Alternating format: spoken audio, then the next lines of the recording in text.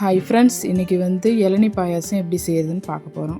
அதுக்கு 1/2 லிட்ரு பால் எடுத்துருக்கோம். 1/2 லிட்ரு பால் நல்லா சுண்டை வச்சு காய்ச்சிக்கோங்க.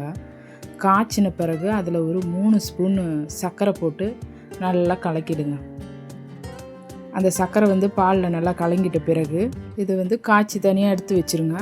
அதுக்கு பிறகு ஒரு 4-5 இளநியோட வழுக்கையை தனியாக எடுத்து வச்சுருக்கேன். இதில் பாதி எடுத்து 1க்கு 2 அரைச்சிருங்க.